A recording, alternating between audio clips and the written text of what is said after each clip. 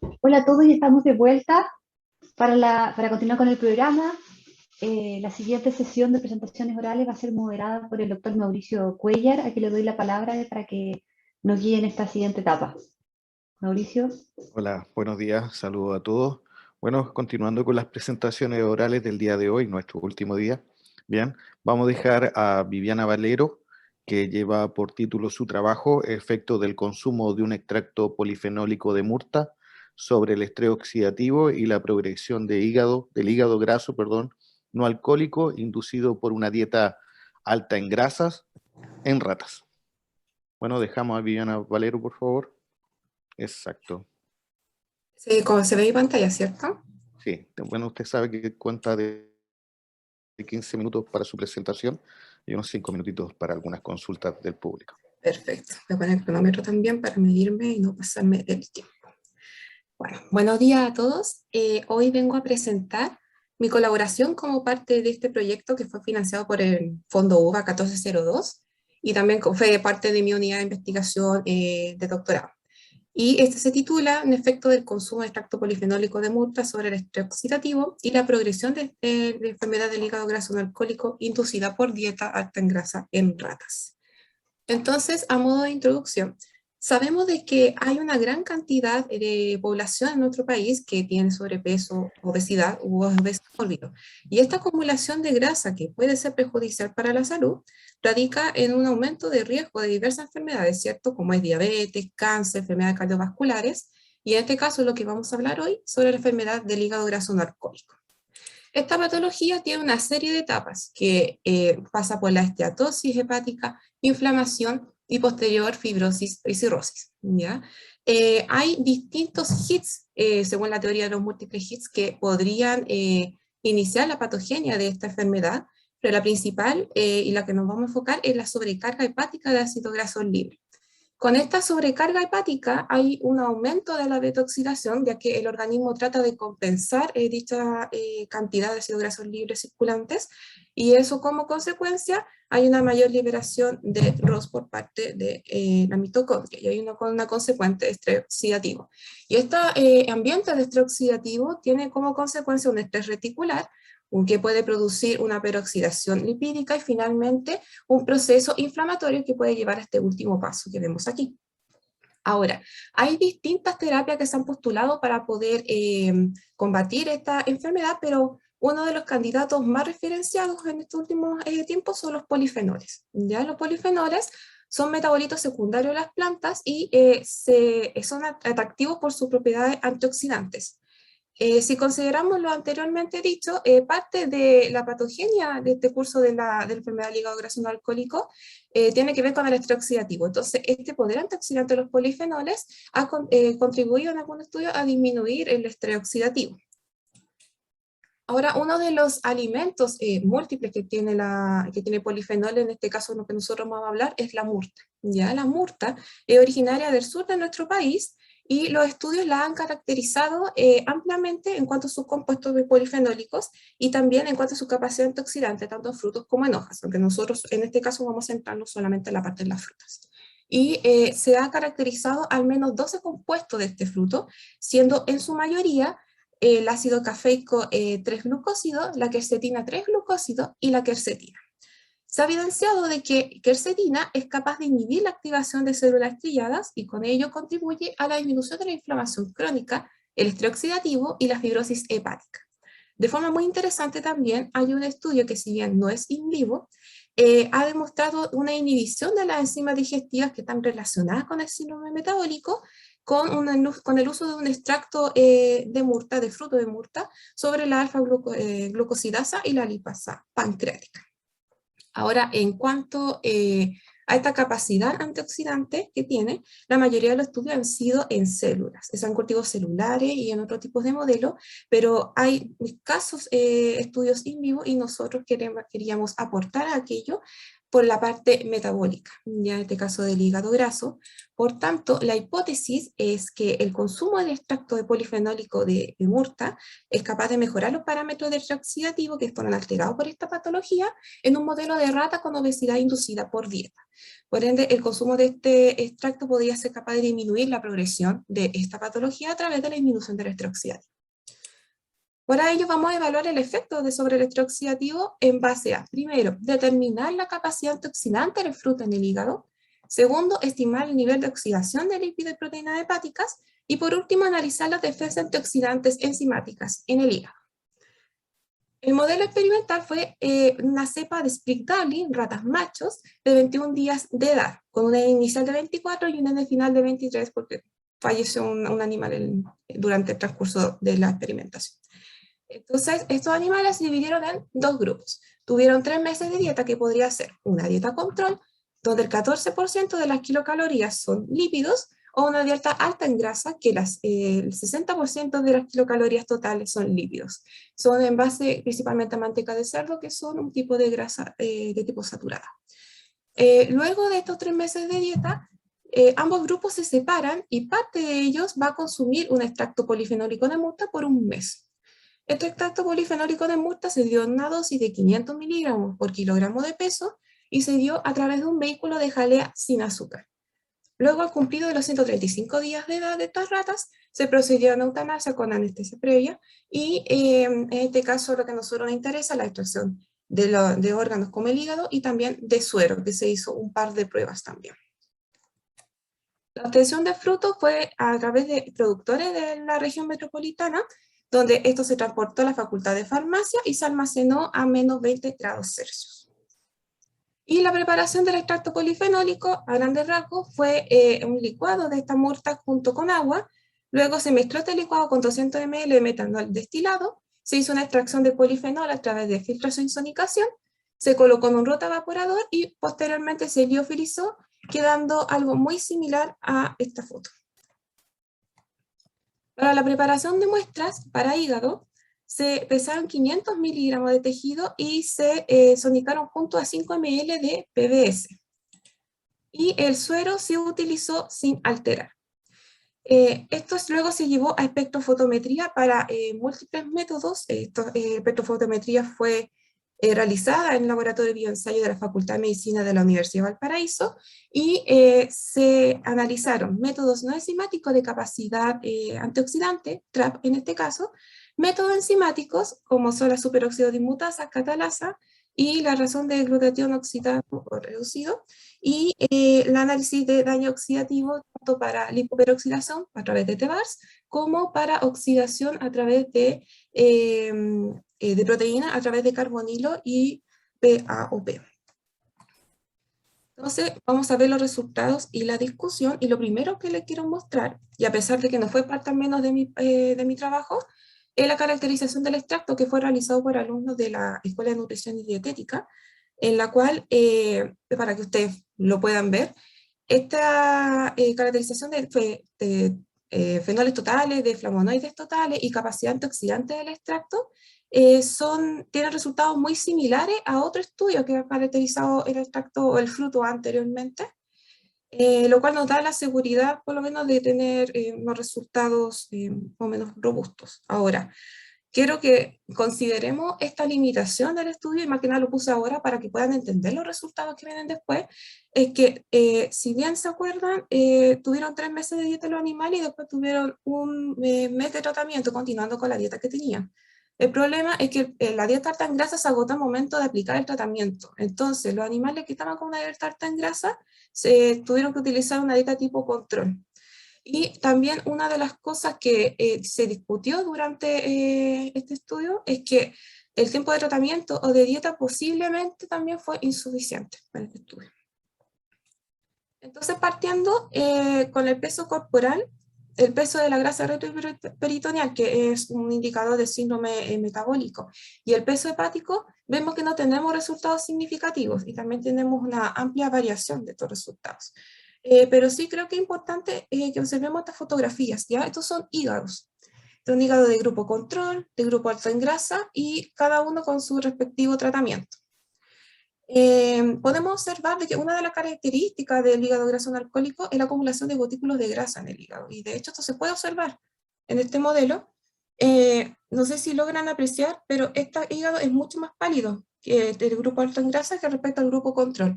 Y estos puntitos que se ven acá son precisamente infiltración de grasa ectópica en el hígado.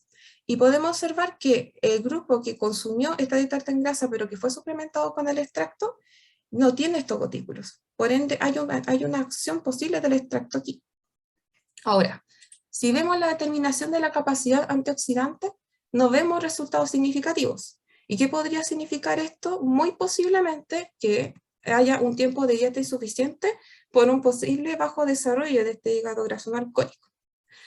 También, si vemos los otros métodos analizados, por ejemplo, en este caso catalasa, podemos ver de que catalasa en suero no tiene resultados significativos, pero sí en hígado.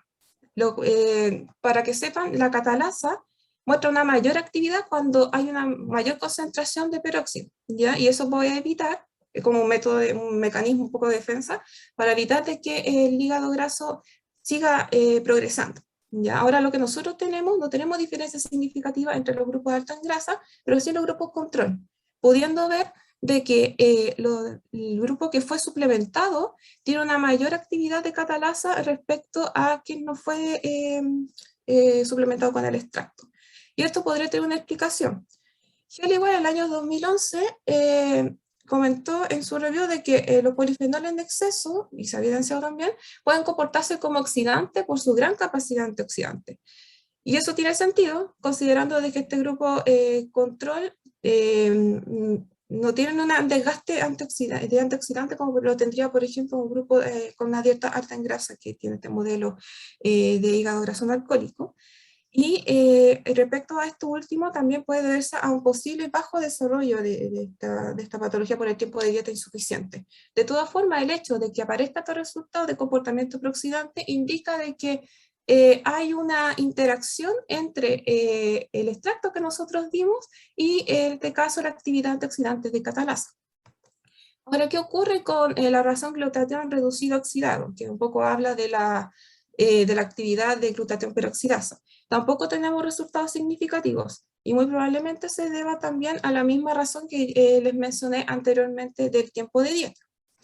Para lo que es la superóxido dismutasa, hemos tenido problemas con la medición. De hecho, tuvimos problemas con cambios bruscos de absorbancia. Y también, bueno, decir de que durante la progresión del hígado graso no alcohólico hay una mayor acumulación de lípido hepático, lo cual hace que aumente el malonaldehído y también el 4-hidroxinenal, ya que son un producto de la reacción del radical superóxido con los lípidos de la membrana celular. Esto también puede deberse al mismo tipo de dieta insuficiente. En cuanto al análisis de daño oxidativo para lipoperoxidación, podemos observar de que no hay diferencias significativas, pero hay una leve tendencia en cuanto a la dieta alta en grasa. Se ve de que posiblemente hay un efecto protector del extracto de la murta contra la lipoperoxidación. Y ahora, bueno, también los resultados que no fueron significativos, lo más probable es que sea por este desarrollo insuficiente de la patología. Y en cuanto a la parte de oxidación de proteínas, tenemos dos ramas. La primera, que son los productos avanzados de peroxidación proteica, donde también nos vemos resultados significativos, probablemente porque esto se ve en estadios mayores de la patología, cosa que nosotros no vimos acá. Y para carbonilo tampoco tenemos resultados, también por este mismo problema de absorbancia y de coeficiente de variación que tuvimos de estas muestras. Lo importante en estos momentos es tener las consideraciones por este estudio piloto para los próximos experimentos. Primero, que cuando se administra el extracto de los animales se debe seguir obviamente con las dietas altas en grasa, que el tratamiento polifenol idealmente debe ser de 8 semanas, la mayoría de los estudios son entre 6 a 8 semanas, y usar GABAs como un método para asegurar la ingesta completa del extracto, porque muchas veces ocurría de que si bien nosotros vigilábamos que las ratas comieran todas las áreas y en general tenía buena adherencia, a veces ocurría que incluso podían esconder este vehículo entre medio de la viruta, entonces no teníamos el 100% asegurado de que se consumiera todo el extracto que se les daba. Y también una obtención de un N mayor para reducir la variación de estos resultados. Tenemos análisis pendientes también de histología hepática y también sería interesante poder ver algún estudio de presión de enzima hepática a través de West syndrome o qPCR que estén relacionados con el metabolismo de lípidos, como por ejemplo ácido graso sintasa o aceticocarboxilasa. Y como conclusión, primero, obviamente, este presente estudio piloto presenta la necesidad de una reformulación del modelo experimental, pero sin embargo quiero que se queden con que esto, a pesar de estos pocos resultados o algunas tendencias que pudimos ver hoy día, hay un efecto potencial del extracto de MUT, ¿ya? Y a base de las consideraciones generales, esto podría sugerir que podría tener un efecto importante sobre el estrés oxidativo hepático y también podría complementar los tratamientos existentes. Eso, muchas gracias. Bueno, muy bien, Viviana. Gracias por tu presentación. Ahora damos paso a preguntas. Veo acá a Caroline Weinstein. Bueno, Caroline, ¿quieres consultar? Sí, primero felicitar a Viviana, un gusto de verte después de tanto tiempo y sobre todo por la sinceridad y honestidad con que presentaste tus datos, que has mostrado lo que funcionó y lo que no funcionó, lo cual es muy importante y educativo para todos los jóvenes que hoy día están con nosotros, que están en nivel de inicio de su carrera. Es muy importante que no todo siempre funciona a flor de como uno lo planteó. Así que eso me da una alegría grande. Creo harto en los berries y quería preguntarte si es posible avanzar a estudios en humanos, porque la verdad que siempre con animales de experimentación hay una serie de variables que tal vez serían mejor controladas. Obviamente no les vamos a poder sacar el hígado a los humanos, pero hay algunas otras herramientas que permitieran avanzar más rápido que los estudios con animales. ¿Cuál es tu opinión como nutricionista sobre ese tema? Sí, efectivamente, siempre lo mejor es llevar los estudios a humanos. En ese caso, quizás uno de los pequeños problemas que puede haber, primero es el rendimiento. Bueno, el rendimiento en este caso de la murta es de 9,2 gramos por 100 gramos de fruto. Eso significaría que si nosotros damos una dosis similar que le dimos a los animales, por ejemplo, en este caso, radicaría una mayor cantidad de frutos, ya que podría quizás como un poquito aumentar los costos. Sin embargo, vale totalmente la pena porque los antioxidantes se ha demostrado su efecto sobre el hígado graso, incluso por sí solos. O sea, estoy hablando de los típicos fármacos de quercetina o el típico fármaco de una sola línea.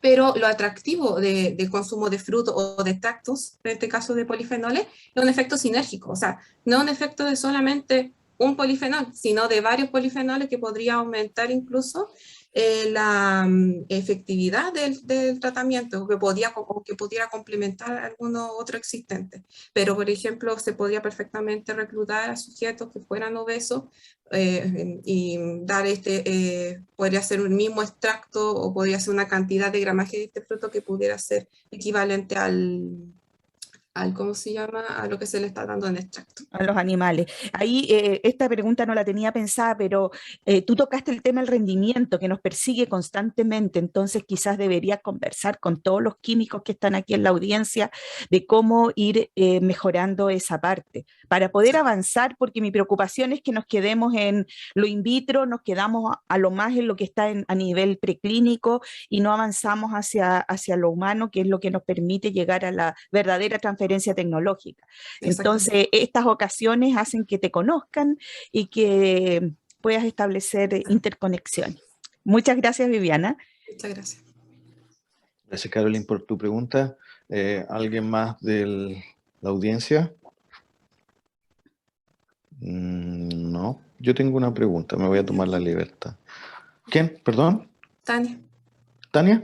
Es que, bueno, Tania. Sí, muy breve, perdón, Mauricio. No, breve. Tenía curiosidad un poco con el modelo. Usted vi que sacaban los hígados de las ratas y los analizaban. No sé si no me perdí, pero ¿le hacen algún otro análisis bioquímico al hígado directo o los parámetros que tú mostraste son sanguíneos? Es al hígado en sí. Los parámetros que mostré, la gran mayoría son Sí, hígado, en PBS y todo, el tejido mismo. perfecto. Y hay un par de análisis de suero también que se utiliza. Sí, eso era una aclaración. Muchas gracias, Vivian. Ya, Tania. Yo tengo una también antes para continuar rapidito. Los porcentajes que mostraba en la primera lámina que tenían la composición, 40 y tantos. Ese número que tú tienes entre paréntesis es cuánto se acumula en el fruto. ¿La primera? El fruto. En el fruto. O sea, tiene un porcentaje de acumulación bastante alto. Vi unos de 40. De hecho, los sumé y casi suman el 100% suman entre los tres, suman un 90%. Sí. Esos son porcentajes de los compuestos, aislados y estudiados. Yo sé que tú esa parte no la hiciste. O sea, esa información la obtuviste como...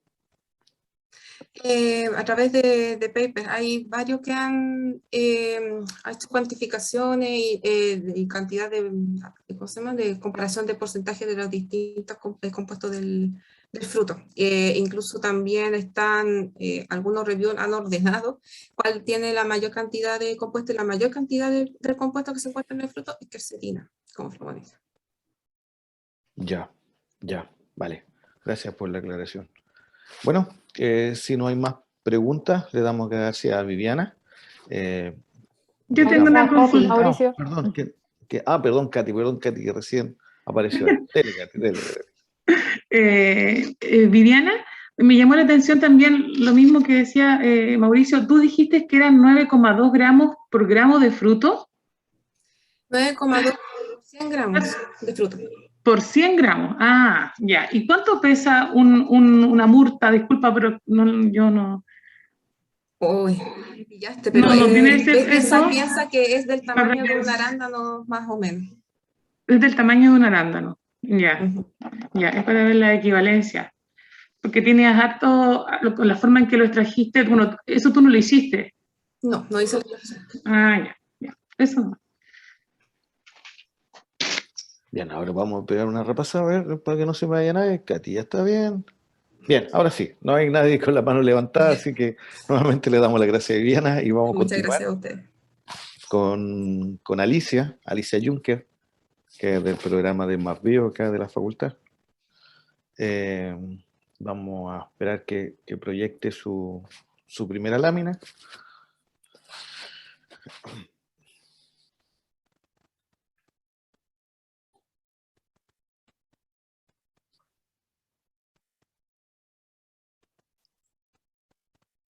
Déjela ahí en modo presentación,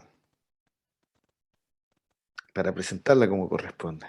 Bueno, Alicia Juncker nos va a dar su presentación, que lleva por título Construcción de esferoides a partir de células SHSI5I de neuroblastoma, para ser usados como modelo de estudio del rol de 6P2D6 en la neurodegeneración parkinsoniana. Bueno, Alicia, lo mismo, mismas condiciones, así que suerte.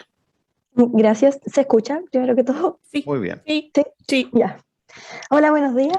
Bueno, tal como me presentaron, voy a hablarles un poco sobre el tema de la construcción de esferoides. Y para comenzar, primero voy a comenzar desglosando este título, partiendo...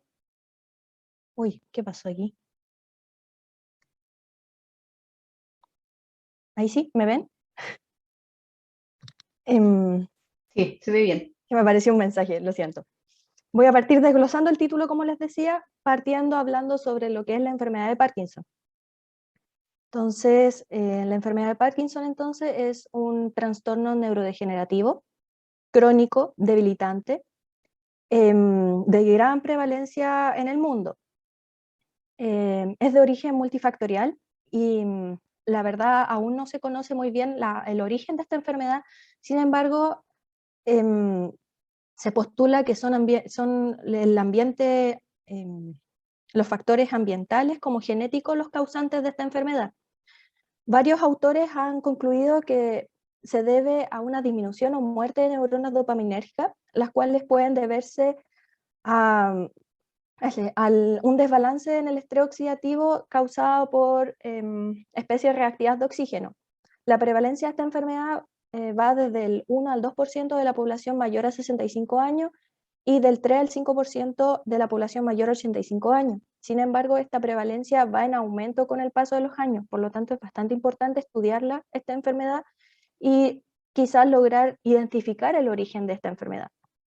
Y a pesar de ser de origen desconocido y multifactorial, se postula que el citocromo 2D6 podría ser uno de los factores que estaría influenciando en la génesis de esta enfermedad.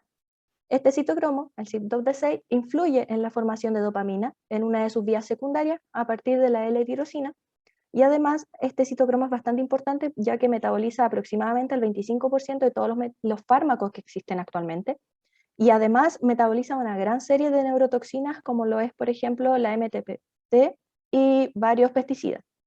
Como podemos ver entonces en la imagen acá, un desbalance en las reacciones que existen en los citocromos podrían ser los causantes de la generación de especies reactivas de oxígeno, que vendrían siendo los causantes del aumento en el daño oxidativo en el ADN y posteriormente esto generar una neurodegeneración.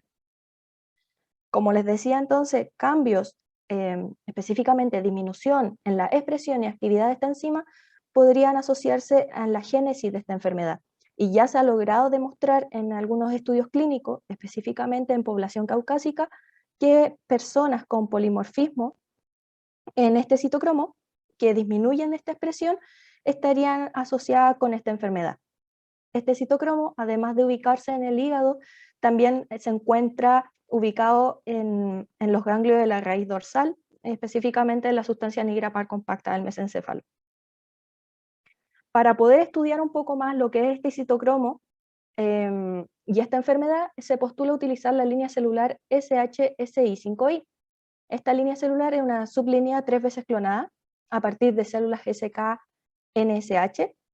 Fueron obtenidas por primera vez a partir de una biopsia de médula ósea de una niña de 4 años que poseía un neuroblastoma en la década de 1970. A partir de 1980 se utiliza esta línea celular para estudiar lo que son las neuronas y todo lo relacionado con ese tipo de enfermedad. Esta línea celular es bastante especial, ya que posee dos tipos celulares en la misma línea celular. Por una parte, posee células que son adherentes, que presentan una morfología parecida a lo que son las neuroadrenérgicas, y posee también células no adherentes que se encuentran flotando en el medio, que presentan una morfología y una bioquímica que se asemejan de mejor manera a lo que son los melanocitos. A pesar de todo esto, esta es una línea celular como cualquier otra, pero si el estudio lo requiere, se pueden diferenciar para poder asemejarlas de mejor manera a la neurona que uno quiera estudiar. Por ejemplo, si uno quisiera estudiar lo que son las neuronas dopaminérgicas, podríamos comenzar diferenciándolas con ácido retinoico y utilizar luego, posteriormente, otro factor diferenciante como lo es, por ejemplo, el BDNF, que vendría siendo el factor neurotrófico del cerebro. Esta línea celular, como cualquier otra, es ampliamente utilizada y cultivada en un formato de monocapa, es decir, en formato de 2D. Sin embargo, este tipo de formato,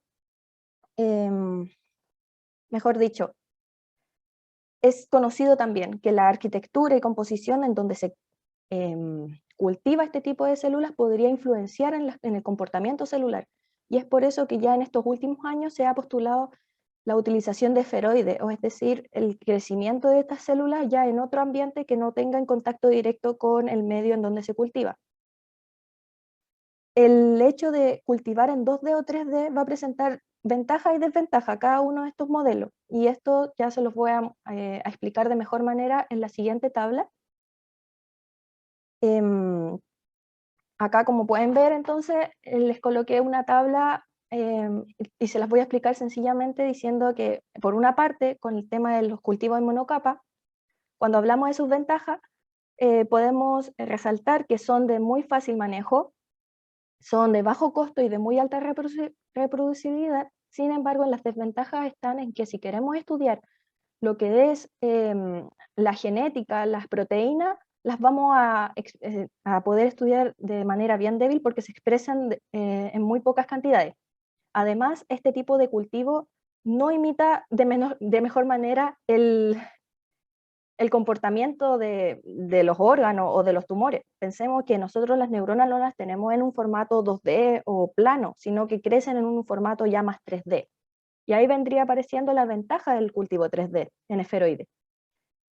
Al poder formarlo ya en esferoides, estaríamos evaluando de mejor tipo el fenotipo de esta línea celular y asemejando de mejor manera a lo que son los tumores o ya los órganos. Además, expresan de mejor manera la genética, las enzimas, y también una vez que uno ya logre armar este esferoide, es muy fácil de reproducir. Sin embargo, las desventajas que presentan es que no pueden crecer a un tamaño muy grande, ya que cuando, por ejemplo, ya se ha demostrado que cuando crecen a más de 0,5 micrómetros, el núcleo de este esferoide comienza a morir. Por lo tanto, es un tema bastante importante a considerar al momento de elaborar esferoides, que se deben trabajar con esferoides bien pequeños. Y además, la elaboración de estos esferoides es bastante complicada y bastante lenta.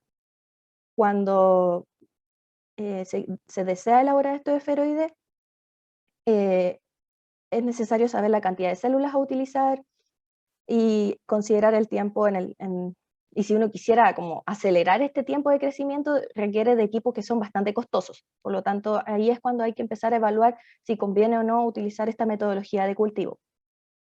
Ya habiendo expuesto todo esto, entonces, les voy a hablar un poco sobre cuáles van a ser los objetivos de esta presentación. Y son, en una primera parte, caracterizar los cambios morfológicos que presentan las células SH-SI5I durante la elaboración de esferoides, como también, y por otra parte, mostrarles cómo se analizó la expresión del citocromo en esta línea celular y el posterior resultado. Entonces, valga la redundancia, voy a hablarles cómo se elaboraron los esferoides, las distintas metodologías empleadas y sus distintas fotografías, y luego cómo se realizó la detección de la expresión de este citocromo. Partiendo entonces con los esferoides, se evaluaron, a pesar de existir muchas metodologías para elaborar esferoides, en esta primera instancia se evaluaron dos metodologías distintas. Por una parte se utilizaron placas no adherentes normales, y por otra parte se utilizó una matriz no adherente se aplicó una matriz no adherente en las placas para evitar que las células se adhirieran. Como pueden ver entonces acá en la fotografía, en la primera fotografía ya podemos ver que las células se están formando como esferoides. Sin embargo, hay algunas que se encuentran adheridas a la placa, lo cual es un hecho un poco anormal, por así decirlo, y podemos decir que estas células son bastante potentes. Y por otro lado, las fotografías 2 y 3 nos muestran cómo se ven las células al día 1 al aplicarlas a una matriz no adherente. Como pueden observar entonces, aún no se forma este esferoide, sino que se encuentran bien dispersas, y las que se han estado uniendo están bastante amorfas y no tanto como esfera. Como no se podían sacar conclusiones a partir de esta foto, es que se dejó crecer por unos 2 días más y se evaluó al día 3. Y como pueden observar entonces, ya al día 3, utilizando la placa no adherente, se pueden apreciar esferoides bastante bien ordenaditos. Aquí les voy a colocar un video de cómo se podía ver en la placa completa. Entonces, como pueden apreciar, ya son esferoides bien homogéneos en tamaño y son bien redonditos. Y el tamaño ya se encuentra entre APP los 0,25 micrómetros. Por lo tanto, al día 3 todavía estaban en un tamaño adecuado. Por otra parte, también tomé un video de lo que era utilizando la metodología con base de hidrogel para evitar su adhesión. Y como pueden ver, al día 3 ya se adhirieron, pero sin embargo, no como esferoides, sino que como masas bien amorfas.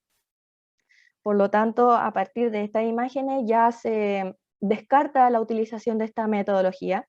Se hizo por triplicado y ya se ve que por esta vía no se logra obtener esferoides como los deseados. Por lo tanto, se continúa con la metodología utilizando placas no adherentes. Ahora bien, ¿cuál es la cantidad idónea de células a utilizar? Eso aún es desconocido. En una primera instancia, entonces, se utilizaron 1.420.000 células en una placa no adherente, y por otra parte 710.000 células para ver cómo íbamos con las cantidades de células para armar esferoides. Como pueden ver entonces, aquí utilizando más de 1 millón de células en los días 1, 2 y 3, se puede apreciar que los esferoides se van formando, siguen bajo el tamaño de los 0,25 micrómetros, sin embargo, ya comienzan como a pelotonarse al día 3 porque hay muchas células en la placa. Por otra parte, en el resultado de las 710.000 células, podemos ver que también ya al día 2 se aprecia de manera bastante lógica que son muchas células las que hay en el pocillo, y sin embargo siguen formándose esferoides. Como podemos ver que seguimos estando en los límites muy superiores en células, es que se propone utilizar muy pocas células en el siguiente experimento y se decide bajar de 710.000 células a 18.000 células para ver qué ocurría. Aquí ya las fotografías no les pude sacar de todos los días, ya que al día 1 y 2, por ejemplo, las células todavía no querían juntarse, eran muy poquitas, y ya recién al día 3 se pueden apreciar los primeros esferoides que se empiezan o las primeras células que comienzan a juntarse. Ya el día 4 y 5 no pude sacar fotografía porque era fin de semana, pero ya el día 6 y 7 se puede apreciar que ya comenzaron a juntarse estas células y a formar esferoides, y que el tamaño sigue dentro del deseado. Esta ya la última esfera podemos ver que se pegó porque se me movió un poquito el frasco, pero en general estaban todas así bien separadas. Por lo tanto, estudios posteriores van a utilizar células, vamos a usar un poquito más de células, pero vamos a estar cercanos a estas 18.000 células para mantener el tamaño y que estén separadas y sin pegarse. Por otra parte, entonces, hablando sobre lo que es la expresión del citocromo 2d6 en la línea celular, primero les voy a explicar cómo se determinó si existía o no el citocromo. Para eso se tuvo que extraer ARN desde la línea celular. Esta extracción de ARN se tuvo que ir a medir al nanodrop para saber la cantidad de material genético que teníamos en esta extracción, para posteriormente hacer una retrotranscripción, transformar este ARN a un ADN complementario y posteriormente amplificarlo con el gen que poseíamos en el laboratorio, que en este caso era un asterisco, un alelo, un polimorfismo del citocromo 2d6. No poseíamos el gen completo. Se amplificó, se realizó el gel de agarosa, la electroforesis, y se fue a sacar la fotografía al GelDoc que poseía la universidad, y se obtuvo la siguiente imagen. Entonces, como pueden ver, en la primera columna tenemos la escalera de tamaño de pares de base con la escalera de tamaño, y la segunda columna tenemos lo que son ya las bandas que nos demuestran si logramos o no amplificar correctamente la muestra. La banda de los 750 pares de base nos demuestra de que efectivamente se realizó correctamente la amplificación, y ya las siguientes dos bandas nos demuestran de que esta persona, esta niñeta de 4 años, de la cual se extrajo esta línea celular, poseía un polimorfismo en el asterisco 6 del citocromo 2d6, es decir, ella ya poseía una variante de metabolismo lento por este citocromo. Por lo tanto, es un dato bastante importante a considerar para estudios posteriores utilizando esta línea. Ya tenemos un pequeño antecedente que podría decirnos, que nos podría favorecer en esta investigación. Los pasos a seguir son, debemos diferenciar aún los esferoides para conseguir este modelo de neurona dopaminérgica utilizando el ácido retinoico y el BDNF. También nos falta lo que es dañarlas con peróxido de hidrógeno para asemejar al modelo parkinsoniano, es decir, matar estas neuronas, y luego seleccionar un método idóneo para evaluar la viabilidad, y de esta forma demostrar que efectivamente se murieron estas neuronas. También nos falta detectar marcadores específicos para la enfermedad de Parkinson, el cual podría ser, por ejemplo, la tirosina hidroxilasa, y también nos faltaría evaluar la actividad de este citocromo, ya que de momento solamente tenemos la expresión. Todo esto antes de la diferenciación y después de la diferenciación, en los modelos 2D y 3D. Eso, gracias.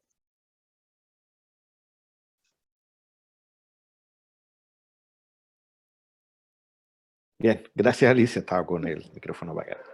Bien, entonces damos paso a las preguntas. Vemos ahí, Caroline, ¿se quedó pegada la mano o va a preguntar? No, siempre pregunto.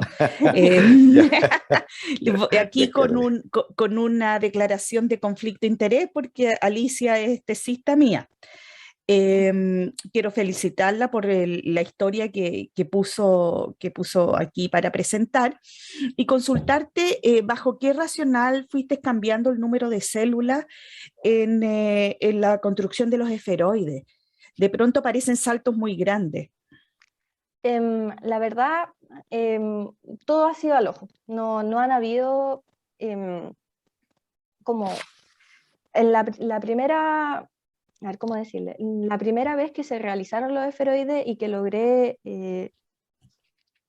como observarlo de mejor manera fue con una gran cantidad de células. Entonces, como era una gran cantidad de células, propuse intentarlo con 1 millón de células para ver si es que esa era como la cantidad idónea. Sin embargo, no, me di cuenta que con el paso de los días se iban aglutinando y además pensando a futuro de que quiero diferenciarla y que ese proceso de diferenciación demora 7 días,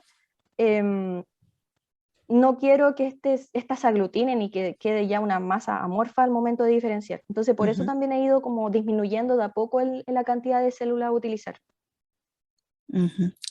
Y el trabajo de Miguel Fuentes Chandía, ¿no daba alguna directriz del número de células?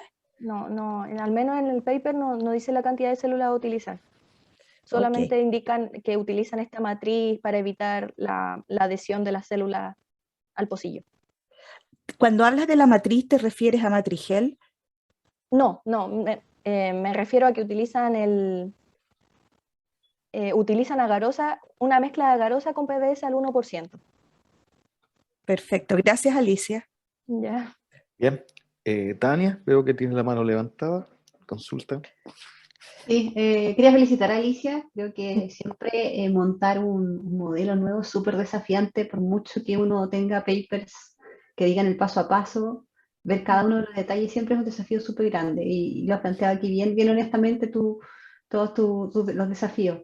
Bueno, una pregunta muy puntual sobre las placas. Por lo general, cuando uno compra placas para cultivo celular, dicen tratadas para cultivo celular. ¿Tus placas no adherentes son placas no tratadas o son placas especiales tratadas con algo no adherente? La verdad es que son placas que simplemente dicen placas Petri. Entonces, no son para utilizar en cultivo celular. Entiendo. Sí, esa era la pregunta, muy sencilla. Gracias. Ya. Bien, vale, ya. Ok. Bien, agradecemos a Alicia por su presentación. Entonces, ahora vamos a dar paso a la novena presentación. Hay otra pregunta. Perdón. Sí, acá. Magdalena. Y después viene Katy. Ya. Magdalena. Está muteada. Estás muteada. Magda, enciende el micrófono. Ahora sí. Ahora sí. Así. Muy buenos días a todos. Alicia, en primer lugar te felicito por la exposición, muy sólida, clara, las imágenes, me encantó. Te felicito además porque el desafío es mayor. Todos sabemos lo que es montar una técnica, por lo tanto, además de montar esta técnica de ¿cómo se llama? Que tú nos contabas que estabas formando ¿cómo se llama el nombre de tu...? ¿Los esferoides? Estás montando el esferoide, además tienes el desafío de la parte más molecular. Me sigue llamando la atención la consulta, estoy igual pensando en lo que te preguntaba tu directora de tesis. Siempre hay referencias, artículos científicos que te dan algunas luces de la cantidad de células que tienes que colocar. Creo que ahí tienes 2 puntos importantes, número celular y el tiempo para lograr ese esferoide. Yo no sé si intentaste como punto de partida hacer una curva de crecimiento de tu línea celular antes de hacer el esferoide. Es una línea de cáncer, su duplicación es muy alta, con endotelios, con células normales, pero ¿cuál es tu curva de tu crecimiento de esas células cancerígenas? ¿Lo hiciste? La he estado cultivando ya por 2 meses más o menos, y la verdad es que el crecimiento es bastante variable. Hay veces que me tocaba tripsinizar a los 2 días. Entonces, cuando se comportaban de manera amigable, me dejaba tripsinizarla, no sé, pues partía... a los 5 días me dejaba tripsinizarla cuando ya estaba en el 80% confluente, pero hay veces donde al tripsinizar a los 2 días ya de nuevo estaba confluente. Entonces no tengo como una referencia que sean siempre iguales. Dependía. Yo te sugiero lo siguiente. Cuenta tu número de células con azul de tripán, parte con un número tú fijo y esas las empiezas a multiplicar. Haz un experimento multiplicado y hace una curva de crecimiento. A lo mejor de ese es tu camino más corto para formar tus esferoides. Que tienen un tema precioso y quiero ver el resultado de esos esferoides para ver la etapa siguiente. Felicitaciones. Gracias. Lo voy a anotar para realizarlo. Sí. Gracias, Magdalena. Entonces, Katy. Hola, Alicia. Hola. Felicitaciones por tu trabajo. Alicia, mira, yo estaba haciendo como una semejanza con lo que nosotros hacemos en cultivo vegetal in vitro, que también es celular, y justamente tenía una de las preguntas, iba enfocado a lo que preguntaba la profesora anterior, que era referente a las curvas de calibración, porque nosotros también, en in vitro también hacemos esas curvas de calibración que te ayudan un poco a ver cómo va creciendo tu célula, seguir la cinética a tantos días y ir conociendo tu cultivo celular, porque es muy variable como un día poner 700 y después 1.000.000 y tanto. Ahora, mi otra consulta es cómo eso lo haces en agitación. No, la verdad es que el primer método que se utilizó fue solamente dejarlas en estas placas Petri y dejarlas en el incubador a 37 grados con el CO2. No las agité en ningún momento. Ya, porque por ejemplo en vegetal se dejan agitando para que se vayan disgregando, ¿ya? Y aún así se generan estos esferoides como los que se te generan a ti, pero a nosotros no nos complica, porque al contrario nos beneficia para el objetivo que nosotros queremos.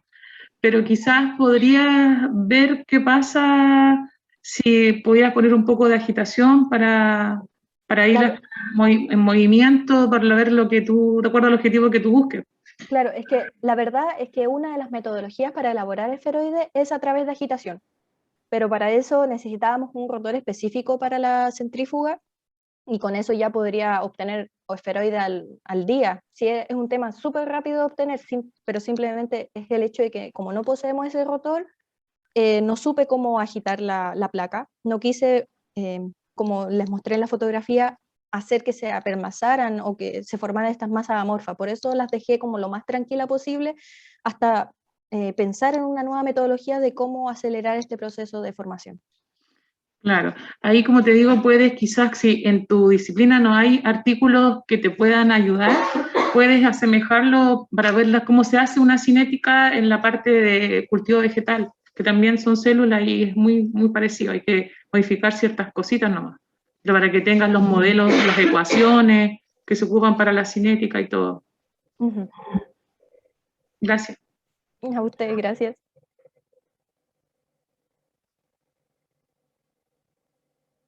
No sé si hay más dudas.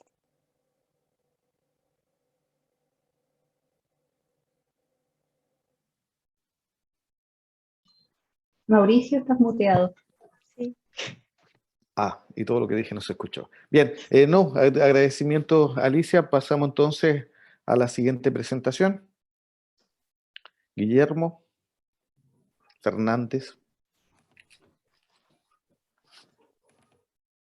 Está por ahí, Guillermo, ya bien.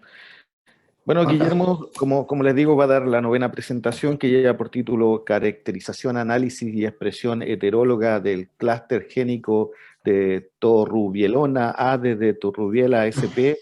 BCC 2165 en Aspergillus oryzae.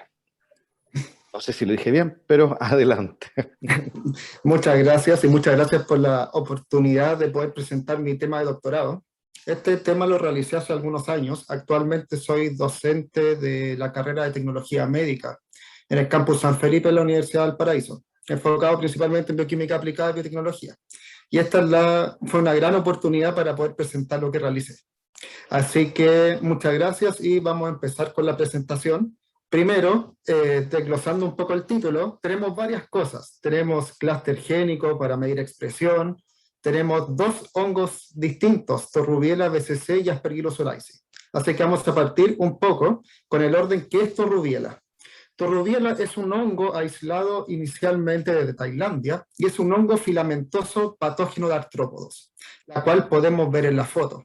Hay diversos hongos que pueden producir el mismo efecto, siendo el más conocido el de Cordyceps militaris, que se conoce como el hongo zombie, que son capaces de tomar el control del insecto y al final poder consumirlo desde afuera hacia adentro. Aún así, no siendo tan trágico, tenemos que este tipo de hongos patógenos de artrópodos sí presentan organismos relacionados que pueden ser correctamente una fuente de compuestos bioactivos. Ahora, hay distintos tipos de compuestos y tienden a ser metabolitos secundarios, es decir, que no son esenciales para la vida, pero sí les da una ventaja característica con respecto a otras cepas. En este caso, Torrubiela, pocos reportes hablaban sobre compuestos derivados de Torrubiela, hasta que en 2010 apareció una investigación de Isaka que mencionaba una familia de compuestos, en los cuales desde Torrubiela una A hasta la D, donde el A presentaba actividad antimalaria. Y desde ahí causó el interés, ya, sinteticemos este compuesto. ¿Cuál es el problema? Inicialmente el hongo sintetiza muy poco, sintetiza muy poca cantidad. Entonces lo que se propone usualmente es utilizar un organismo modelo que ya se encuentra completamente estudiado. Aspergillus nidulans es el modelo, pero yo utilicé Aspergillus oryzae, el cual directamente tú puedes potencialmente poner los genes que sintetizan este compuesto y que lo sintetiza Aspergillus, tal como se ha trabajado en bacterias, tal como se ha trabajado en levaduras. En este caso estamos trabajando con hongos. Ahora, aquí se encuentra la composición. ¿Y por qué es tan relevante también la estructura? Porque previamente ya se había realizado expresión heteróloga de genes que sintetizaban compuestos muy similares entre sí. En este caso tenemos la similitud estructural de la tenelina y de la desmetilvacianina, que si nos fijamos en comparación con la torrubielona A, son bastante similares. Ahora, hay algunas diferencias, las cuales podrían ser a nivel genético, pero la base es la misma, que se había descrito anteriormente. Estos compuestos principalmente requieren de una sintasa que hablamos de alrededor de 12.000, 13.000 pares de bases, lo cual es bastante grande. Se les denomina poliquetiosintasas y sintasas peptídicas no ribosomales, o si lo buscan el concepto es PKS, NRPS, los cuales van sintetizando parte por parte y ya se ha entendido un poco de cómo funciona la programación de esta sintasa. Ahora, estas sintasas no generan un producto de por sí. Estas sintasas requieren de otros genes que les van a permitir, por ejemplo, la liberación, agregar hidroxilos en la parte del nitrógeno, que vamos a ver un poco más adelante. El hecho de hacer estos cambios, de tener el benceno a tener un ciclohexano, también va a ser una diferencia de acuerdo a los genes. ¿Y cómo se descubrió? ¿O qué es lo que se sabe a nivel genético de cómo poder sintetizar esto? Porque lo primero que había que realizar era, necesitamos la secuenciación completa de la torrubiela. Se mandó a secuenciar, se analizó bioinformáticamente y por comparación se vio de que habían clústeres genéticos o genes que estaban muy involucrados en la síntesis. De acuerdo a los papers anteriores, ya se había descrito que se necesitaban 4 genes solamente para poder sintetizar tenelina y 4 genes para poder sintetizar desmetilvacianina. Entonces, realizando una comparación y realizando que los genes son muy similares entre sí, torrubielona A debería también tener un clúster génico que pudiera sintetizarlo. Ahora, principalmente dentro de los 4 genes, tenemos efectivamente en color azul la poliquetiosintasa y tenemos 3 genes que van a permitir realizar modificaciones, que son 2 citocromo P450 y una enoil reductasa. Esos son los básicos para que pueda funcionar, la sintasa y la enoil reductasa. Las investigaciones anteriores han estado agregando uno por uno de estos genes y viendo cuál era la función. Entonces se encuentra la función determinada para estos 4 genes que tenemos acá. La torrubielona A, una vez que se realizó el análisis bioinformático, además de los 4 genes que uno podría mencionar, aparecieron 2 genes más, o marcos de lecturas abiertos. Pero estos presentaban una particularidad, que lo vamos a mencionar un poco más adelante, de cómo lo resolvimos, pero los genes se encontraban muy cerca entre sí. Entonces no sabíamos si ese gen era uno, que se encontraba todo junto y que al remover los intrones, porque aquí estamos hablando a nivel genómico, o si eran 2 genes. Después tuvimos que analizar y que efectivamente, como spoiler, eran 2 genes. Habían otros genes que estaban, en este caso, flanqueando lo que estábamos teniendo acá en este clúster, que eran factores de transcripción. Se había mencionado que torrubielona A, de por sí, naturalmente, generaba un muy poco rendimiento. Entonces, uno de los objetivos de la investigación también fue directamente qué pasa si yo sobreexpreso estos factores de transcripción. Entonces, una vez teniendo esta información, el análisis bioinformático, y teniendo la estructura, teníamos que ver por qué ocurría cierta modificación. Y la modificación más grande que ocurría en relación a tenerina era la agregación de este grupo OH y la agregación de este grupo hidroxilo, que no lo presenta ningún compuesto similar dentro de los que estamos estudiando. Entonces, una de las teorías era de que uno de estos genes que se encontraba acá, o el gen que se encontraba ahí, podría generar esta adición del grupo hidroxilo. Otros genes se encontraron, pero la base de la investigación fue lo que se encontraba entre medio de los 2 factores de transcripción. Entonces, el posible clúster, porque todo esto al momento había sido a nivel bioinformático, tenemos que la sintasa y los genes A, B y C, que les pusieron originalmente tenelina A, tenelina B, tenelina C, mantenían potencialmente la misma función. Similarmente, cuando hacías comparación de estructura, eran muy similares entre sí.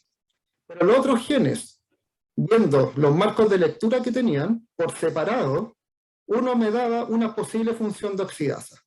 Pero el TOR-E, que es el que tenemos acá, no me otorgaba ninguna función, o no encontraba nada similar, al comparar con los que producían la tenelina, que es Boveria baciana, y Cordyceps militaris, que presenta desmetilbacianina. Los factores de transcripción sí fueron encontrados en ambos, pero anteriormente en publicaciones no se había realizado investigación al respecto.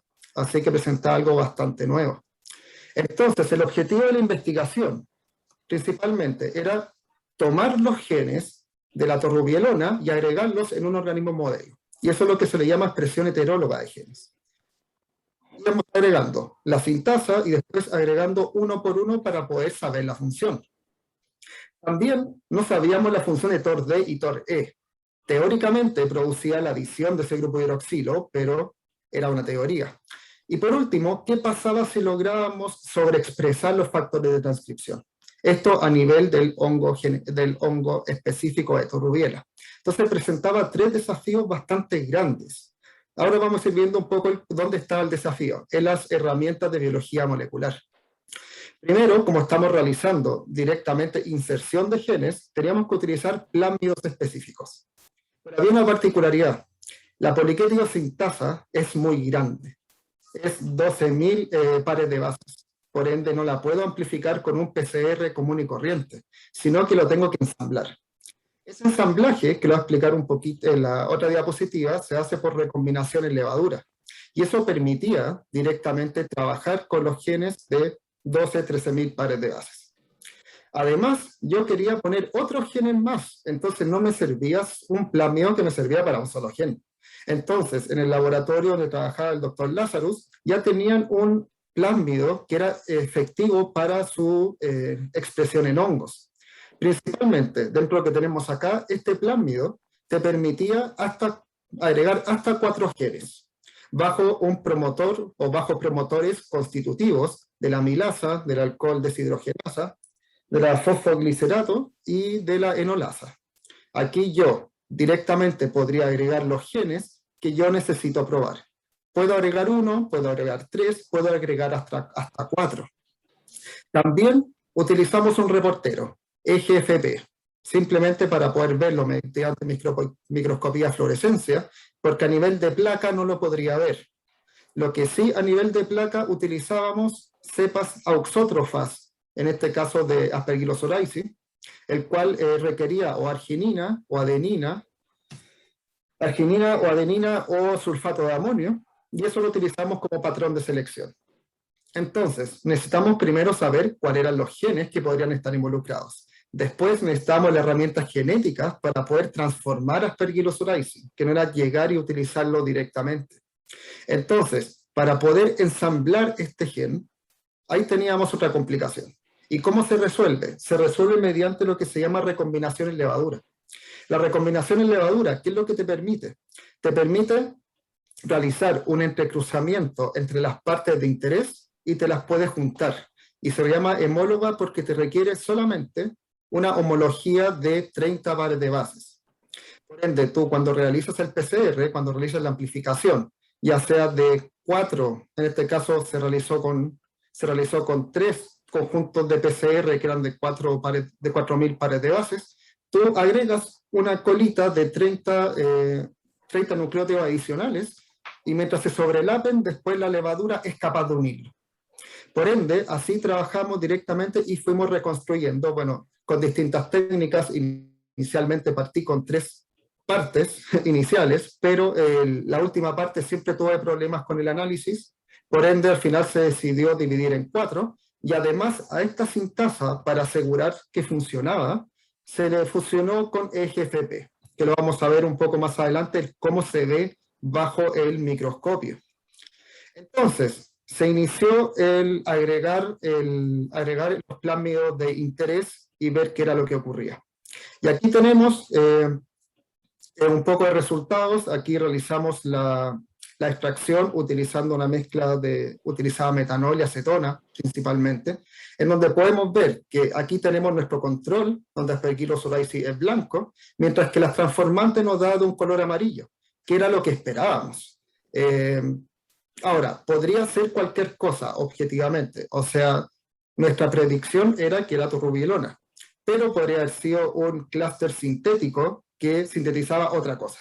Entonces requería mayor cantidad de análisis. Pero esto nos permitía, la fusión de la sintasa que nosotros estábamos agregando nos permitía, por ejemplo, verlo por microscopía de fluorescencia. En este caso no era muy relevante dónde se agregaba el plásmido, sino que el plásmido estuviera y que la sintasa estuviera funcionando de manera correcta. Ahora, la adición del plásmido no era sitio específica, se recombinaba en cualquier lugar. Entonces había que hacer una selección previa de cuáles eran las transformantes correctas, cuáles brillaban, dónde estaban los genes, entre otros. Pero ya íbamos en buen camino, pasamos de tener transparente a tener un color. Algo es algo, vamos bien. El mínimo que nos permitía, según Tenelina, lo que nos permitían las investigaciones anteriores, es que al menos tenían que tener 2 genes, la sintasa y la enoil reductasa. Porque si uno no agregaba la enoil reductasa, el compuesto no se liberaba, no era maduro, el metabolito no se podía encontrar, por ende tenía que ser con la enoil reductasa. Posteriormente, se trabajó en los 4 genes, o sea, el A, el B y el C y la sintasa, y ver qué era lo que ocurría. Entonces, utilizando las mismas herramientas de recombinación homóloga por levadura, se sintetizó o se generó un plásmido que tenía los 3 genes de interés más la sintasa que podemos ver acá. Aquí tenemos los 3 genes de interés bajo promotores que se encuentran controlando cada uno de los genes. Como son constitutivos, se van a expresar todo el tiempo. Podría cambiarse y generar promotores, por ejemplo, que sean inducibles, por ejemplo, si es que, a modo de ejemplo, pero en este caso se requería que fuera constitutivo. Y el color amarillo que se obtuvo fue bastante grande, o sea, hubo una diferencia. Entonces hay que analizarlo, y el primer análisis que había era mediante cromatografía. Aquí tenemos algún LSMS, esto fue enviado al laboratorio de química de la Universidad de Bristol, se nos enseñaba a poder utilizarlo, pero al principio claramente era un poco más complicado, pero después no entendía bien qué estaba haciendo. Aquí tenemos el control, se refiere a una Aspergillus oryzae que no tenía el plásmido, y aquí teníamos directamente algunos PIC nuevos, en comparación a estos otros, se van analizando cada uno de ellos, y los más interesantes eran los que se encontraban al minuto 11,9 y al 14,35. Y de hecho, al agregar los dos genes, aparecía un compuesto nuevo.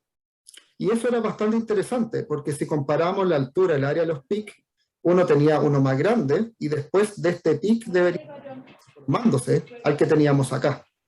Ahora, de acuerdo al análisis de masa, nos daba, en este caso, una masa era de 382, porque se le agrega el protón. Así que era 382 en el caso de torrovelona C, que era lo que nosotros estimamos que es lo que era. Y cuando agregábamos el mínimo, que eran los dos genes, también efectivamente teníamos una masa de 384.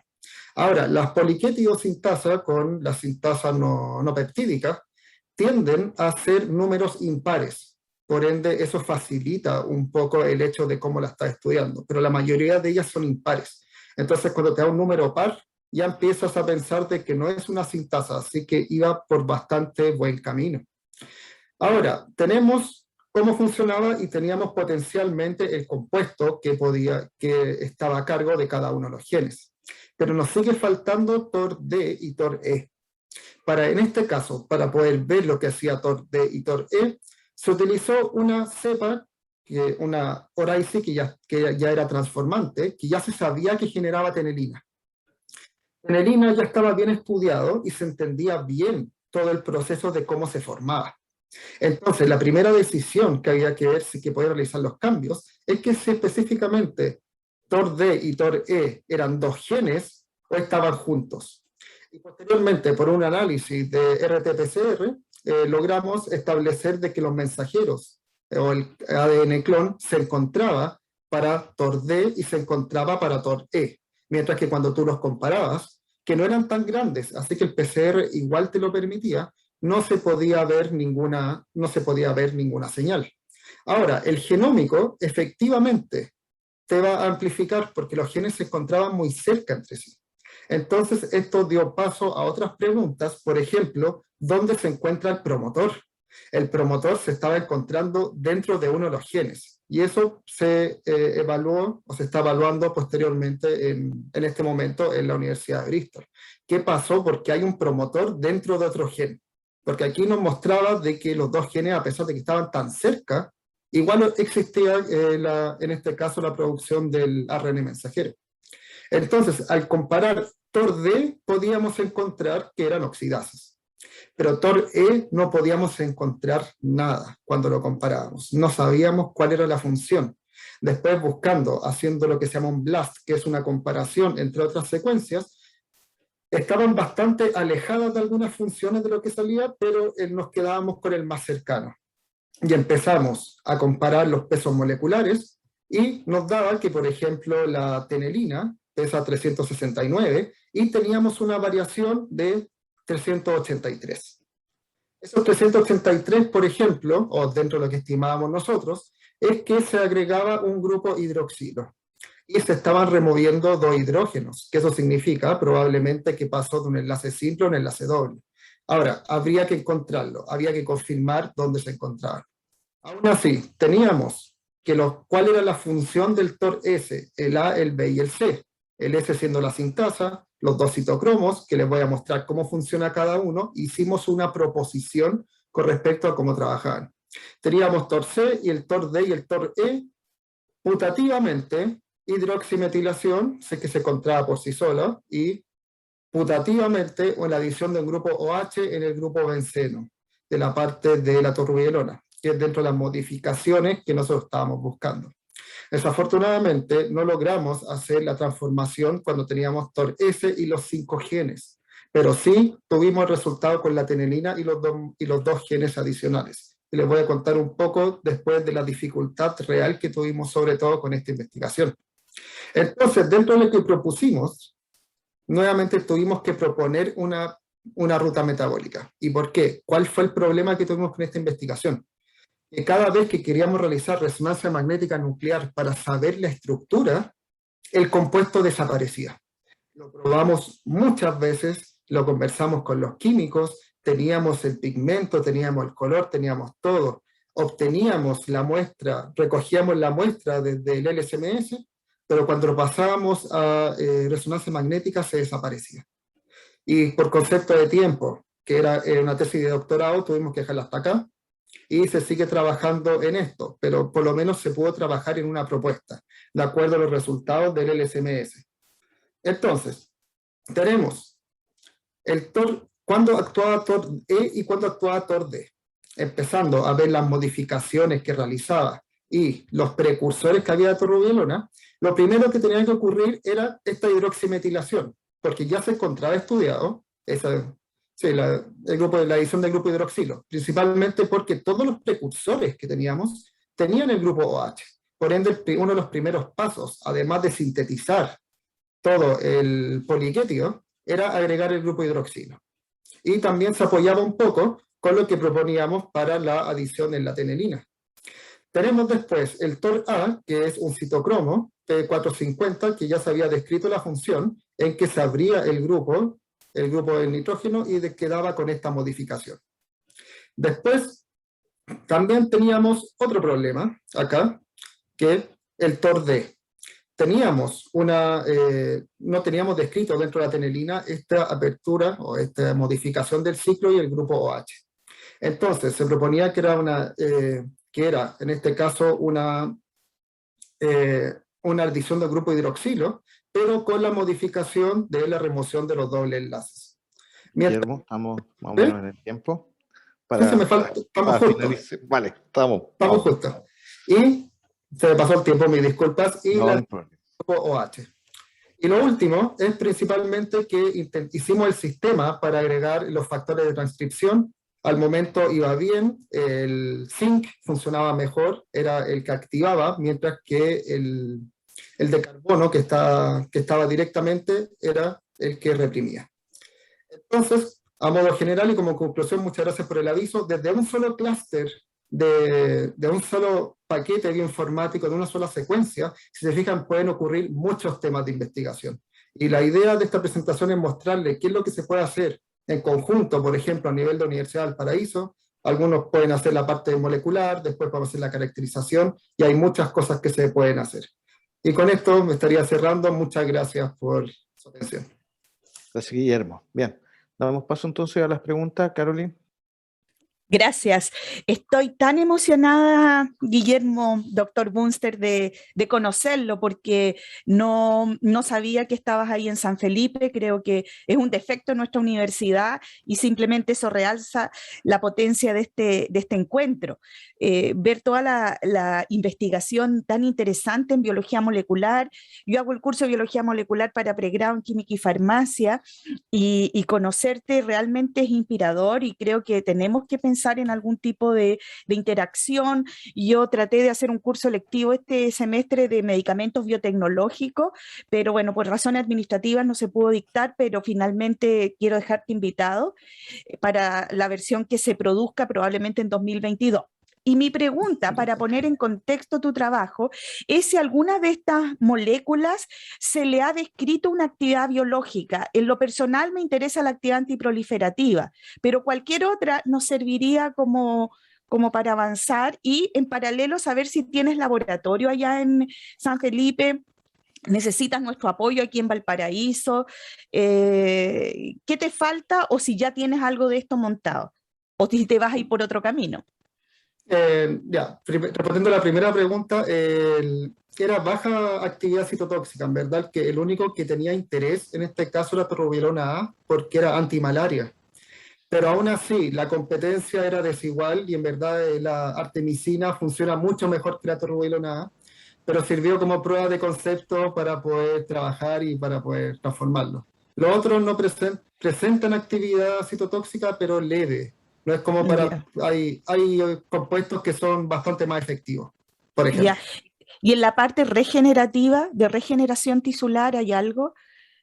No, en este caso puede que haya de otros poliquétidos que son similares, pero el enfoque que hacía Bristol en cuanto, junto con la Universidad de Tailandia, era principalmente en queremos lograr sintetizar el compuesto. Después, si es que alguien más toma el paper y le hace los análisis para el compuesto, bien, pero llegaban como hasta, aquí está el compuesto, ocúpenlo como quieran. Claro, el tema que aquí para vender el proyecto, vender en buen sentido la palabra, hay que mostrar una aplicabilidad. Eso es lo que a mí me preocupa, pero a lo mejor nuestros químicos de estructura-actividad pueden visualizar alguna actividad que nosotros no tengamos.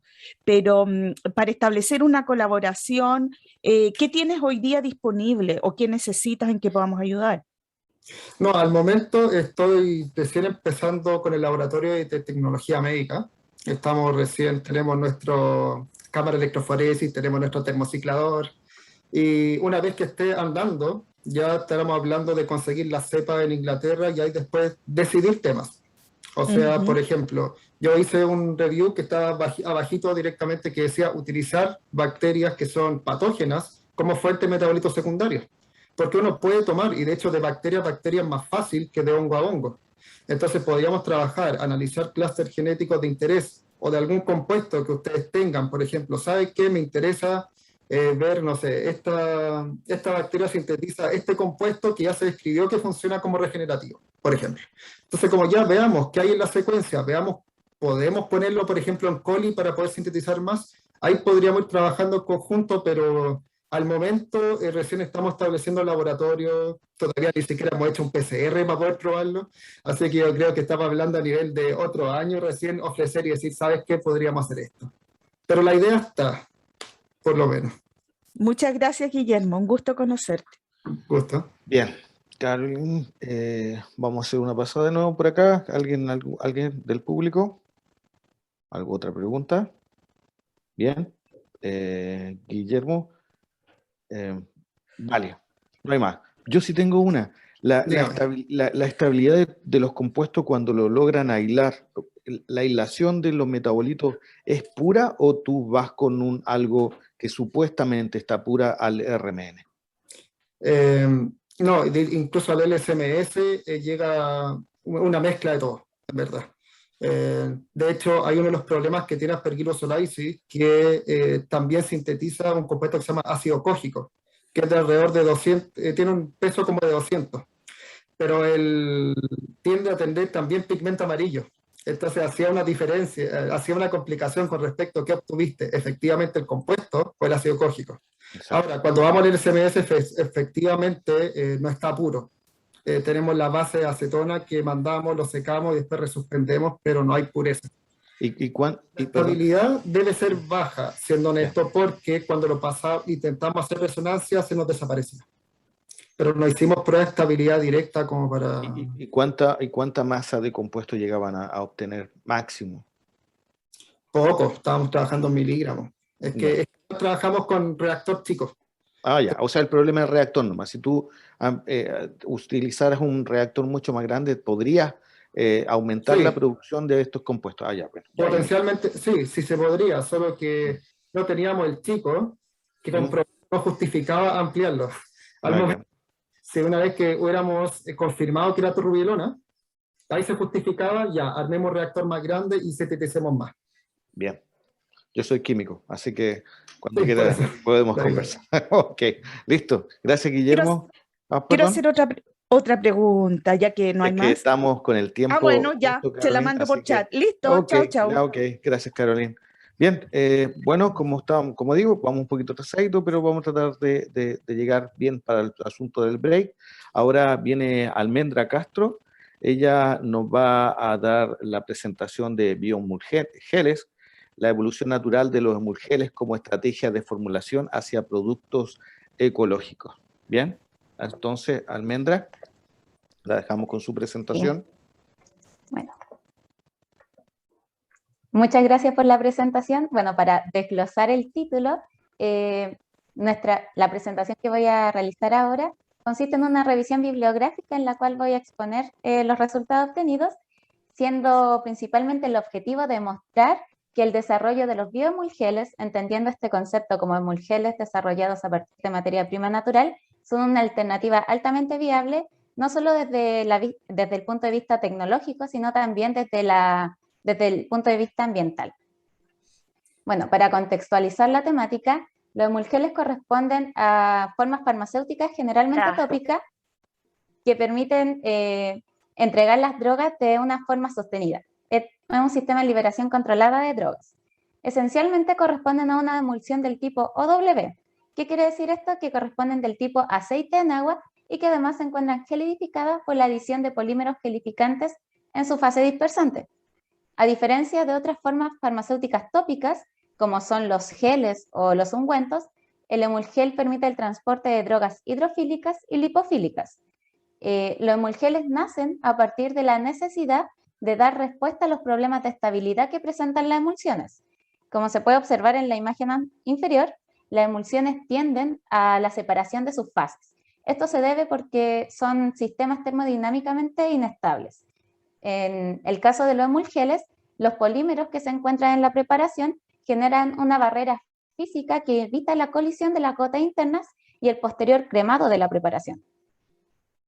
Al realizar una búsqueda exhaustiva de la formulación de los emulgeles, evidenciamos la siguiente tendencia con respecto al origen de sus materias primas. En las gráficas se puede observar en la porción azul la tendencia a la utilización de materias primas de origen sintético, siendo en los aceites, los gelificantes y los surfactantes la utilización mayoritaria de derivados sintéticos, y finalmente en la gráfica D, como de un universo total de 50 emulgeles, solamente uno fue elaborado a partir de materia prima de origen natural. Sin embargo, hay que tener presente que un producto que sea elaborado de materia prima de origen natural no significa necesariamente que sea sustentable. La sustentabilidad está dada a partir de la relación entre tres componentes, que es el componente social, el ecológico y el económico. Estos tres componentes tienen que relacionarse de una manera armónica para el desarrollo de los productos. Para evaluar la sustentabilidad del desarrollo de productos o preparados, existen diferentes herramientas y entre ellas se encuentra el análisis de ciclo de vida, el cual evalúa diferentes parámetros que afecta al ambiente durante el desarrollo del producto, es decir, desde la extracción de la materia prima hasta la elaboración y la eliminación de un preparado final. Dentro de los parámetros que se evalúan está el impacto ambiental, la eutrofización, la acidificación de suelo, estrés hídrico, toxicidad humana, depresión de ozono, entre otros parámetros. Nuestra propuesta está enfocada hacia el reemplazo de derivados sintéticos por alternativas naturales y que además tengan un enfoque hacia la sustentabilidad, demostrando que estos son viables desde ese punto, además desde la funcionalidad tecnológica. La primera propuesta consiste en la utilización de los aceites vegetales en reemplazo de los aceites minerales para la formulación de emulgeles en la porción oleosa del preparado. Los aceites vegetales son compuestos orgánicos que de manera intrínseca poseen diversos compuestos químicos, entre ellos los triglicéridos, los ácidos grasos y vitaminas liposolubles, como es el caso de la vitamina E. Han demostrado ser excelentes vehículos de drogas liposolubles, además de facilitar la permeabilidad de la droga a través de la piel, y han presentado una excelente compatibilidad con la piel, ya que estos aceites se absorben rápidamente, además de humectar la piel, lo cual es una ventaja frente a los aceites minerales, ya que en ocasiones generan una capa oclusiva sobre la piel, lo que limita la correcta oxigenación de la piel. Por otra parte, es importante destacar de que los aceites vegetales, al tener diversos componentes químicos, también van a entregar diferentes características bioactivas, las cuales se pueden aprovechar en preparados cosméticos o farmacéuticos. Al hablar de la formulación de emulsiones y de emulgeles, el parámetro tecnológico que nosotros utilizamos es el balance hidrofílico-lipofílico, el cual es un valor que caracteriza a los tensoactivos. Aquellos tensoactivos que tengan un valor de VHL bajo son aquellos que poseen afinidad por la fase oleosa, mientras que aquellos que tienen un VHL alto poseen afinidad por la fase acuosa. Otro parámetro que nace a partir de este sistema es el balance hidrofílico-lipofílico requerido, que caracteriza los aceites. El valor que se identifique de VHL requerido es el valor que deben tener los tensoactivos para emulsionar correctamente el aceite. En este sentido, nosotros caracterizamos una serie de aceites descrita en la literatura científica y generamos el siguiente compilado en el cual se entrega su valor de VHL requerido para realizar formulaciones estables. Se puede identificar que el aceite de caléndula es apropiado para la formulación de sistemas WO, es decir, agua en aceite, mientras que el resto de los aceites descritos son apropiados para la formulación de sistema OW, ya que su VHL se encuentra en el rango de 8 y 18. Por lo tanto, todos los aceites, la mayoría del aceite descrito en la tabla permiten la formulación de bioemulgeles y además se entregan las propiedades bioactivas por los cuales han sido caracterizados y reconocidos principalmente. Entre ellas destacan la actividad antiinflamatoria y antimicrobiana, las cuales se pueden aprovechar en un preparado farmacéutico, pero también describen propiedades cosméticas, como son la cicatrizante dérmico, la humectante, hidratante y antioxidante. Con respecto al impacto ambiental que se describen la producción y la utilización de aceites vegetales, se destaca principalmente la promoción que realiza la Comisión Europea del reemplazo de los aceites minerales por aceites vegetales, principalmente por el tema de la economía circular, ya que los aceites vegetales son materia prima renovable. También se han descrito ampliamente que los aceites vegetales poseen una mejor biodegradabilidad que los aceites minerales. Sin embargo, es importante tener presente que los aceites vegetales sí generan un impacto ambiental, y este está dado principalmente en la fase agrícola, donde ocurre estrés hídrico por los sistemas de regadío y también puede ocurrir agotamiento de suelos. También se ha descrito que los aceites vegetales, entre ellos, poseen diferentes perfiles ambientales. De hecho, Yannick en el 2015 describe que el aceite de maní genera un impacto significativamente mayor versus a otros tipos de aceite como el aceite de palma o el aceite de soya, y que el análisis de ciclo de vida puede variar incluso en el mismo aceite, ya sea por las técnicas que se utilizaron para su producción, como puede ser una agricultura ecológica, o los métodos de extracción del aceite. Por otra parte, nosotros proponemos el reemplazo de los surfactantes sintéticos por los biosurfactantes, los cuales corresponden a surfactantes biológicos que químicamente poseen una porción hidrofílica y una porción hidrofóbica. Estos tienen un mecanismo de reducir la tensión superficial, igual que los surfactantes sintéticos, pero tienen un rendimiento mucho mayor. Estamos hablando de 10 a 40 veces capacidad tensoactiva mayor que los surfactantes sintéticos. Y además se le han descrito y se han caracterizado con propiedades bioactivas como es de carácter prebiótico. Vecino en su artículo describe que la incorporación de biosurfactantes en preparados cosméticos y aplicarlo en una superficie de la piel que posea un desbalance en la microbiota va a ayudar en el tratamiento del acné, ya que los biosurfactantes contribuyen en la patogenia del acné, disminuyendo así su aparición a través de restablecer la microbiota de la piel. Al caracterizar los biosurfactantes a partir del valor de VHL, se puede identificar que poseen un rango bastante amplio. Estamos hablando de 6 a 24 aproximadamente, y que 14 de los biosurfactantes enlistados en la tabla nos permiten la formulación de bioemulgeles, y al analizar específicamente algunos, nos damos cuenta de que poseen un valor de VHL semejante a los surfactantes sintéticos. De hecho, Candida antártica posee el mismo valor de VHL que SPAN 20, y que Klebsiella oxytoca tiene el mismo, su biosurfactante posee el mismo VHL que el de Twin 21. Por lo tanto, se puede proponer una intercambiabilidad entre los biosurfactantes y los surfactantes sintéticos. Con respecto al impacto ambiental que generan la producción de los biosurfactantes y su utilización, se ha descrito que son ampliamente biodegradables en comparación a los surfactantes sintéticos que se tienden a acumular en la superficie terrestre una vez desechado el producto, y que puede generar una disrupción en el ambiente terrestre. También se ha descrito que su producción no genera un impacto ambiental significativo, y que los principales parámetros afectados en el análisis de ciclo de vida corresponden a la emisión atmosférica, la electricidad y el requisito térmico. Y esto está dado principalmente ya que su producción es necesaria a través de bioreactores. Y el otro componente que proponemos utilizar son los agentes gelificantes naturales en reemplazo de los sintéticos, donde estos han demostrado tener propiedades de biocompatibilidad, biodegradable, baja citotoxicidad y baja inmunogenicidad.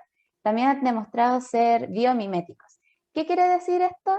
Que los componentes de los agentes, de los gelificantes naturales, son semejantes a los componentes de la matriz extracelular, por lo tanto van a promover la agregación celular y van a participar de manera favorable en la reparación de tejido y en los procesos de cicatrización. Al analizar el impacto ambiental que generan los gelificantes naturales versus los sintéticos, nosotros identificamos que su producción nos genera un impacto ambiental significativo comparado a los sintéticos y que no se han reportado datos de toxicidad humana, agotamiento de recursos fósiles ni acidificación terrestre, nuevamente comparado a los sintéticos. Sin embargo, hay que tener presente que al igual que los aceites vegetales, los perfiles ambientales entre gelificantes naturales van a variar entre sí, también dado por los mecanismos en los cuales se obtiene el gelificante natural y se aísla. A partir de los antecedentes presentados, nosotros consideramos 3 pilares fundamentales a la hora de querer elaborar biomulgeles que sean amigables con el ecosistema. El primer punto se trata principalmente de considerar y evaluar la contribución que posee nuestro reemplazo de origen natural versus el mineral desde el punto de vista ambiental.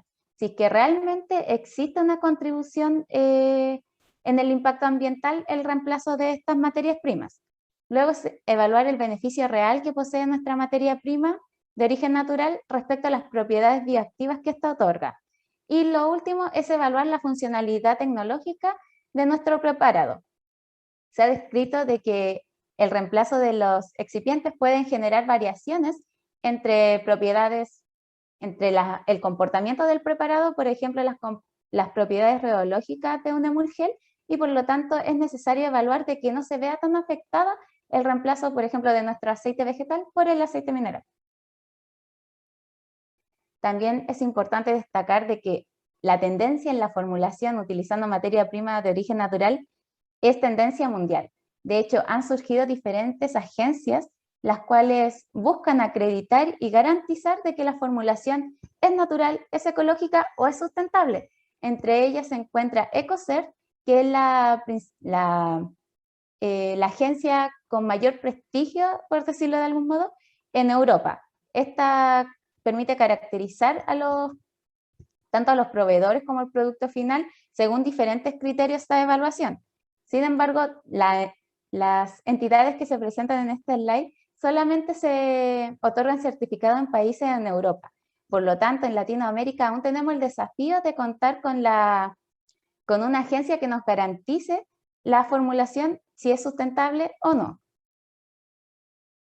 Y finalmente me gustaría terminar la presentación con un mensaje que dice lo siguiente, que la revalorización de lo natural con las miradas tecnológicas y biológicas en la formulación de biomulgeles es factible y que la piedra angular para su desarrollo es la sustentabilidad. Muchas gracias. Bien, muchas gracias, Almendra. ¿Alguna consulta?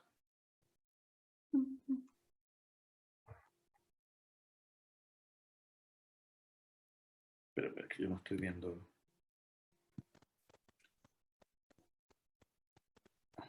Perdón. No veo. Caroline.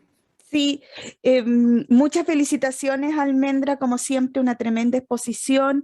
Destacar que aunque este trabajo no fue hecho en el marco del magíster, ella es estudiante de primer año del magíster en bioactividad de productos naturales y de síntesis. Y una pregunta que probablemente esperas porque ya te la hice antes. en este aspecto que tú estás estudiando, ¿te consideras progresista en el sentido de que traes un nuevo concepto en que los excipientes pueden tener bioactividad? Y segundo, ¿qué pasa con los aromas que tienen? ¿Será un beneficio o será una desventaja? Por ejemplo, que uses un aceite de menta y que le va a otorgar al producto este aroma. Ya. Bueno, a través de los resultados que hemos recopilado en nuestra revisión, nosotros presentamos una mayor proyección hacia los preparados que son cosméticos, principalmente por los temas legislativos, ya que en los excipientes, en los preparados farmacéuticos, es difícil que acepten las entidades legislativas un excipiente que tenga bioactividad. Eso en primera instancia, que quizás es mucho más fácil desarrollar estos preparados con bioactividad tan caracterizada en preparados cosméticos. Y lo segundo es con respecto a las características organolépticas, ¿cierto? Correcto. Sí. Yo lo considero un beneficio personalmente porque es esas características las que atraen a los consumidores, proyectando estas formulaciones hacia un mercado. Las características organolépticas son las que atraen a los consumidores y entre ellos se describen y los aceites presentan diferentes aromas entre sí, entonces es posible desarrollar un producto que sea caracterizado según su aroma y quizás el principal desafío en eso serían los biosurfactantes, ya que se han descrito que no poseen un aroma tan agradable, sin embargo, las proporciones en las que se utilizan en el preparado son mínimas. Entonces esto se puede llevar al laboratorio y se pueden estudiar alternativas para camuflar los aromas que no sean agradables o quizás promover que algún aroma se predomine sobre los otros también a través de mecanismos de encapsulación de aromas. Muchísimas gracias, Almendra. De nada. Bien, ok, muchas gracias. Vamos a hacer un break cortito de 5 minutos para poder ajustarnos al programa. Así que vayan, corran, busquen un café y nos vemos en 5 minutos. Chao.